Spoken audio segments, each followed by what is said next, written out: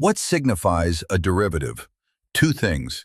They are representing the price, price, of the value, Venus, of an underlying asset, i.e. value is the genuine, authentic, that for some practical reason has become inconvenient to use, so price has replaced value, but just as a temporary solution. Time is Saturn.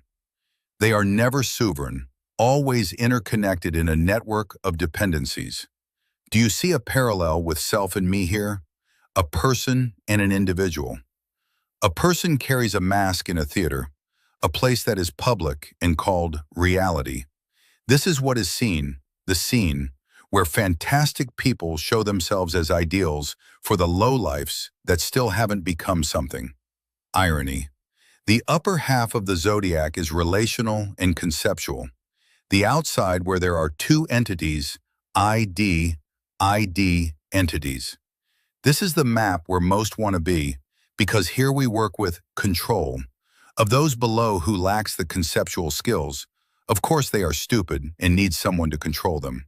It's provable they have no IQ. Note, I'm using irony, these are not my values. The lunar nodes are the ego. South node is past life ego, what you've learned to master in previous incarnations. Actually, you are overemphasized here. You know this theme too well and need to evolve away from it. The only reason you should focus on your north node is because this is the upper seen through the perspective with the ecliptic as reference. North node is conceptual, and it carries the same theme as south node. But from this point, you'll be able to think and therefore detach from the theme. It brings hard lessons that forces you to think. It's not pure cognitive, it depends on where you have it. Saturn treats you as cattle. Cow equals Ciao. Cattle equals C at L, the Lord. This is when the moon, the inner child, admires and climbs towards the throne. North, E, backwards. The moon carries the potential for both the divine, Neptune source, and the ego, Saturn. Red pill, blue pill? Reality is the name given to red pill, but it's actually Saturn's world. Form, blue is Neptune, source.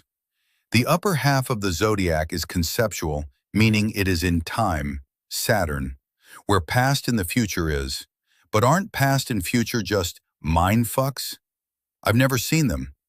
This is the reason for the lunar nodes. Moon is now, the only time there is. But for those of us who've strived hard for control, conceptual knowledge, we've stretched our consciousness from now into past, present, and future. Future, that is south lunar node, moon, north lunar node.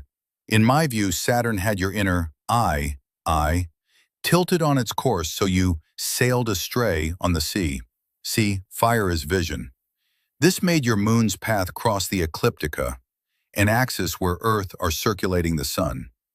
On the location where moon passes below the ecliptica, you have your south node Ketu, the tail of the dragon, and here it dives down into darkness, unconscious. For some reason that I yet can't understand, there is a shadow beneath the ecliptica. Behavioral patterns that automate you. This is why you normally should strive to get away from your south node. Where your moon passes the ecliptica as ascending, going up, you'll gain the conceptual understanding, i.e. with language, in a detached way, being able to transcend and break that old subconscious/unconscious behavioral patterns of south node. The north node of the moon is named Rahu, aka the head of the dragon. The upper half of the zodiac is relational, conceptual, a derivative showing the price of the soul, the genuine, the authentic, the individual. It is sold as the primary, but it is not the underlying asset. It's not the soul. It's not the individual. It is not the true reality. It's a show, a mirage. The map is the creation. The individual, the soul, source is the creator. The map will never be the terrain. So the question remains, to be or not to be?